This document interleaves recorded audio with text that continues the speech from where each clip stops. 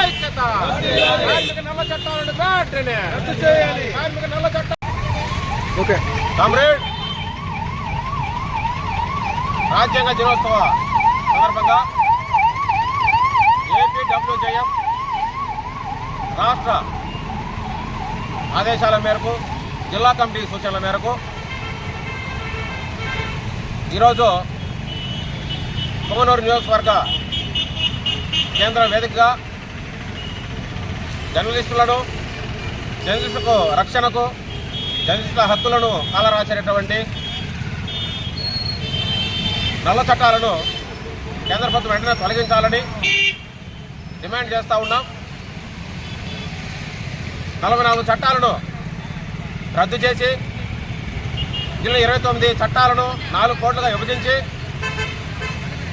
కార్మికులకు, అసంఘటిత వర్గ కార్మికులకు అన్యాయం చేస్తూ మా రక్షణను, మా హక్కులను, మా సౌకర్యాలను కాలరాస్తూ ఇలాంటి నిర్ణయం తీసుకున్నటువంటి కేంద్ర ప్రభుత్వ నిర్ణయాన్ని వ్యతిరేకిస్తూ ఉన్నాం.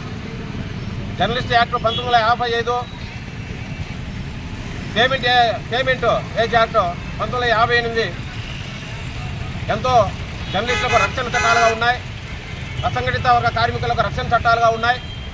ఇలాంటి చట్టాలను తీసివేయడం ద్వారా జర్నలిస్టుల యొక్క రక్షణ, వారి హక్కులు, వారి యొక్క సౌకర్యాలు, వారి జీతపత్యాల మీద తీవ్ర ప్రభావం చూపుతుంది. కాబట్టి కేంద్ర ప్రభుత్వము వెంటనే పునరాలోచన చేసి ఈ నల్ల చట్టాలను వెంటనే తొలగించి జర్నలిస్టులకు అండగా ఉండాలి. కేంద్ర ప్రభుత్వము తీసుకున్నటువంటి ఈ యొక్క నిర్ణయాన్ని పునరాలోచన చేసి వెనక్కి తీసుకోవాలి. 44 చట్టాలు తిరిగి పునరుద్ధరించాలి.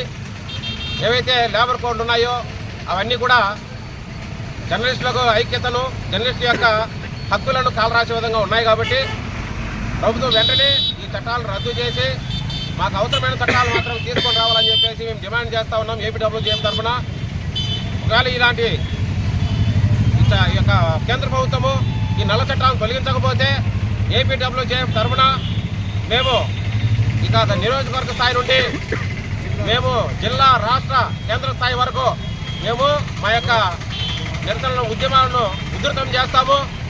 కేంద్ర ప్రభుత్వం మెడలు వంచైనా కూడా మేము ఆ యొక్క హక్కును మేము ఆ యొక్క చట్టాలు మేము సాధించుకుంటాము.